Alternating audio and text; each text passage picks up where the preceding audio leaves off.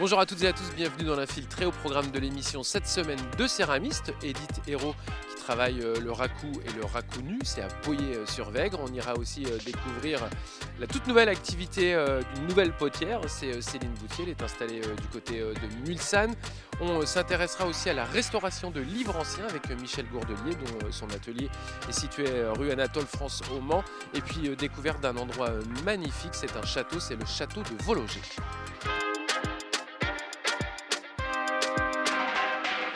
Allez, on est arrivé à Poyet-sur-Vègre avec Edith. Bonjour Edith. Bonjour. Vous nous accueillez dans votre atelier. Au-dessus, vous avez une sorte de galerie. Oui. Un petit peu plus loin, le four. Oui. Aussi, vous êtes bien installé ici à Poyet. 50 ans de... 50 ans de céramique, oui. 50 ans de céramique. Oui, céramique, pour vous. oui. Vous nous racontez un petit peu comment vous êtes tombé dedans ? D'abord, j'ai fait une école d'art, Elisa de Monnier.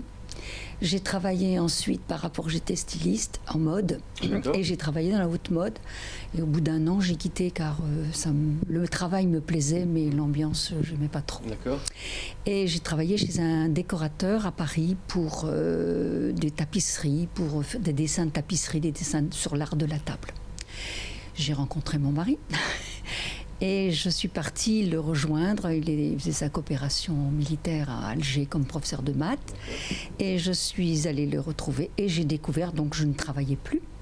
Et j'ai découvert la céramique en Algérie. D'accord. Voilà.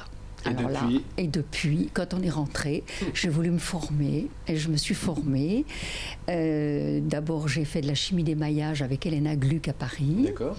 Ensuite, je suis allée à Saint-Amand-Puisaye pour me perfectionner en tournage parce que j'apprenais à tourner. 2 mois, j'ai fait du tournage à Saint-Amand-Puisaye et je suis revenue. J'ai fait Arnaud Stern pour apprendre à travailler avec des enfants, car je ne voulais pas faire du travail avec des enfants, des adultes ou des adolescents. Je ne voulais pas travailler, comment vous dire, on va faire un bol et tout le monde va faire le bol. Je voulais absolument laisser libre choix, le libre travail avec ce qu'on a dans sa respiration et comme on travaille. Dans les 3 ateliers que je gérais, il n'y avait aucune poterie dessinée, rien du tout. Vraiment, il fallait prendre la terre, la travailler et faire ce qu'on avait envie de faire. Et c'était à moi d'apporter la technique. D'accord. Que ça tienne, que ça tombe pas, que ça casse pas, que ça n'éclate pas. Et pourquoi ça ne doit pas éclater? Parce qu'il y a des bulles d'air, ça va éclater dans le four, etc. Donc j'apportais la technique, mais ils étaient créatifs. Donc j'ai commencé à travailler à la maison des jeunes de Saint-Maur-des-Fossés, dans la région parisienne où j'habitais. Il n'y avait rien au niveau de la poterie, donc j'ai monté un atelier enfant. C'est devenu un atelier adolescent parce qu'il s'en allait pas. Et un atelier adulte. D'accord. Voilà. Qu'est-ce qui vous a plu, vous, dans la céramique, Edith ? Ce qui m'a plu, c'est de travailler avec la terre. Quand on est avec la terre et qu'on la travaille, après, on est bien, on est détendu, on est à l'aise, on fait quelque chose qui nous plaît. Si c'est raté, on va recommencer. Oui. Voilà, j'aime bien ce côté... je ne sais pas comment dire. J'aime bien être avec la terre, je me sens bien. Et aujourd'hui, vous tournez plus beaucoup, hein. Je tourne moins. Ouais, je Quand tourne il faut, moins pour faire un parce bol, que j'ai commencé à travailler, à faire des théières, des bols, des tasses, des assiettes. Il y en a là plein. Et puis, parce que quand on fait alors j'ai fait des salons, des expositions dans les galeries, j'ai fait le Carrousel du Louvre 4 fois, j'ai fait le Saint-Jean-de-Borgard 4 fois parce qu'on ne le fait que 4 ans. D'accord. Bon. Donc c'est ce qui se vend. Oui. Je faisais ce qui se vendait, parce que quand même, on est payé en faisant ses cours, mais il faut aussi vivre. Donc je faisais. Et puis maintenant, je suis à la retraite. J'ai travaillé 39 ans au niveau des cours que j'ai donnés. Donc je suis à la retraite de tout ce que j'ai fait avant et la céramique. Donc je suis en auto-entreprise maintenant, mais je ne vais pas m'arrêter. Vous voulez que je m'arrête? Et donc, du coup, vous créez des choses qui sont plus personnelles. Qui sont tout à fait personnelles. Je fais des choses, par exemple, je vais tourner une grosse pièce, comme vous pouvez voir derrière là. Ouais. Je vais la taper, lui donner des coups, et puis je vais dire, tiens, une petite herbe qui bouffe la poterie, là, ça serait pas mal, ça serait intéressant. Et c'est les effeuillés qu'on voit ici. Et c'est les effeuillés que je fais là. Donc là, vous aviez préparé cette Alors pièce, là, on est quoi? C'est une sorte de luminaire, c'est un luminaire? Oui, non, c'est pas. J'ai pensé à un vase. Un vase, d'accord. Bon, je dis ça parce que je pensais que c'était... Oui, voilà. oui, peut-être une lumière. Non, Mais enfin bon, j'ai pas de trou. Donc j'ai pensé à un vase parce que c'est des petites choses qui peuvent se vendre. Oui. Hein, voilà. Donc j'ai pensé, et puis bien sûr toujours avec mon idée de feuilleté que je vais, qui est en train de, vous voyez, je commence là et ça va se terminer là. Et puis après, en la regardant, je vais peut-être mettre des coups, je vais mettre des traits, je vais voir comment je vais pouvoir la déformer une fois que j'aurai fait ça. Alors ça, c'est, on va dire, vos créations. Vous avez aussi des tableaux que vous faites de plus en plus? De plus en plus des tableaux, des peintures. Qu'est-ce qui vous plaît dans les tableaux? Travail à plat. Ouais. Et puis toujours cette idée de feuilleter, de terre, alors de matières différentes. Je vais faire des poinçons, je vais faire des petits roulotés, je vais faire des petites feuilles, je vais faire des petites fleurs, je vais... suivant ce que j'ai dans l'idée et dans la tête. Et donc depuis quelques années maintenant, mais vous êtes mis au raku. Oui. Alors raku et raku nu. Vous nous expliquez, avant qu'on parle du raku nu plus précisément, mais quelle est la technique du raku? C'est quoi? C'est une technique de cuisson. Hein, alors on travaille la terre, il faut une terre chamottée avec du sable fin parce qu'elle va subir un choc thermique important. On met un émail, on la biscuite déjà dans le four électrique. Ensuite on met un émail. La pièce que l'on met dans un four à flamme dehors. Parce qu'il faut être dehors pour faire les racus, hein, ou être à l'air, parce qu'on ne peut pas faire ça dans un atelier. Et on monte la température assez vite, 950, ou suivant l'émail que l'on met dedans, ça va être 950, ça va être 1000, ça va être 1020, mais pas plus. On sort la pièce et on la met dans les copeaux de bois.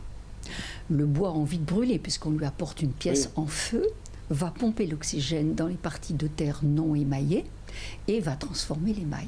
D'accord. Donc on joue avec le craquelé, puisqu'il va y avoir un choc thermique dans l'émail, et aussi le côté noir. Et ce que j'aime dans le raku, c'est jouer avec le noir, le gris de la terre, ce côté brut de la terre, et l'émail qui me plaît bien. D'accord. Et le raku nu, alors, quelle est la différence? Alors, le raku nu, la différence, c'est faire une préparation. Vous voyez, là, mon émail, ma terre est très, très lisse. Je l'ai préparée, je l'ai finie avec une spatule en caoutchouc, un estec en caoutchouc. On la rend très, très lisse. Il ne faut pas du tout de granulés. Je vais mettre une engobe. Une fois qu'elle sera biscuitée, on met une engobe, et par-dessus, on met un émail. D'accord. Dans le four, on va le mettre dans le four, pareil, 950 degrés. Quand je vais la sortir, je vais la mettre dans les copeaux de bois, ou alors avec du papier, ou avec des feuilles, avec de la ficelle, enfin ce qu'on a envie. Principalement du papier, parce que des fois, le copeau de bois, c'est bien pour le raku. Le papier va vous donner un noir plus intensif, va avoir des craquelures différentes. Hein. Et quand on le sort des copeaux de bois, on pulvérise de l'eau, et l'émail se décolle. Et ce que vous voyez dans le raku nu, ce que vous voyez, c'est ce qui se passe sous l'émail. D'accord. Donc ces craquelures qui vont se produire, puisque l'émail va craqueler, les copeaux de bois vont pomper l'oxygène dans les craquelures, et c'est parti qui vont faire noir, ce que vous avez vu sur les poteries là-bas dans la pièce. Et c'est donc une technique encore plus précise c'est que différent. le raku oui. Par rapport au raku, c'est, je veux pas dire plus difficile. Du coup, le raku pour moi devient facile. D'accord. Vous vous mettez les challenges. Voilà, exactement. Mais j'aime bien. C'est intéressant justement. Et quand j'ai fait ce stage avec, comment elle s'appelle, c'était une femme de Sèvres, Alicère Denieux. D'accord. Hein, au Don du Fel. Donc j'ai fait ce stage. Et ça paraissait très facile.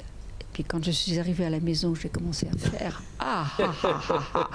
J'avoue franchement que c'est au bout d'un an seulement que j'ai réussi, enfin que j'ai décidé à dire celle-là, je peux la montrer. Oui, c'est ça, hein, parce que c'est vrai que c'est...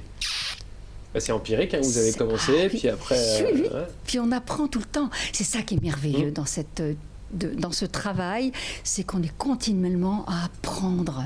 Oui, mais vous avez donné aussi des cours. Oui. J'ai l'impression qu'on peut, alors même si c'est peut-être un peu compliqué au départ, mais on peut très vite prendre du plaisir, en tout cas, à manipuler peut-être la matière. Tout à fait. Alors j'en ai donné des cours donc à Saint-Maur-des-Fossés. J'ai monté ces ateliers, j'avais plus de 10 heures de cours par semaine.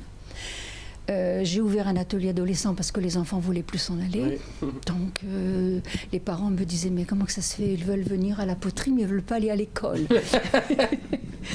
Et donc voilà. De ce biais-là, je suis allée dans un foyer de la DAS à Vitry pour des enfants des cas sociaux. Là, j'y suis restée 39 ans. Ah oui. Oh ouais, c'était extraordinaire. C'est pas que j'aimais pas mes petits-enfants de Saint-Maur. J'aimais bien. Mais les enfants de l'adage, je sentais que je leur apportais quelque chose. Ouais. C'était extraordinaire. Donc je travaillais avec les éducateurs et je prenais entre 2 et 4 enfants par atelier. C'est tout. Hein. Et j'avais 10 heures de cours avec eux par semaine. C'est bien, ça veut dire que vous C'était aviez le temps de très intéressant. Ouais. Et de ce biais-là, j'ai fait la connaissance d'une directrice d'une école d'éducateurs et pendant 14 ans, je suis allée dans cette école d'éducateurs, Isis Créaille, et pour apprendre les futurs éducateurs spécialisés à travailler la terre, la créativité, comment on travaille la terre avec des handicapés, parce que j'ai travaillé aussi avec des handicapés. Voilà, et ça, c'est passionnant. Edith, il nous reste très peu de temps, mais pas de souci. Dites-moi, où est-ce qu'on peut retrouver certaines de vos œuvres Alors, à Malicorne. Oui, hein, bien sûr. À Malicorne, à Sainte-Suzanne. D'accord, hein, dans la boutique aussi. Et puis, oui, ça, c'est régulier. Hein, ici, dans la Sarthe, je fais de temps en temps des expositions, des salons. J'ai travaillé à Saint-Jean-la-Poterie. J'ai été invitée, voilà. Mais alors, l'inconvénient maintenant, c'est que pour s'inscrire dans des salons, ça passe par le micro-ordinateur. Et moi et le micro-ordinateur, ça fait 2. En tout cas, si on tape votre nom, on tape mon nom. Si les gens veulent venir, ils peuvent me téléphoner. Je les reçois volontiers.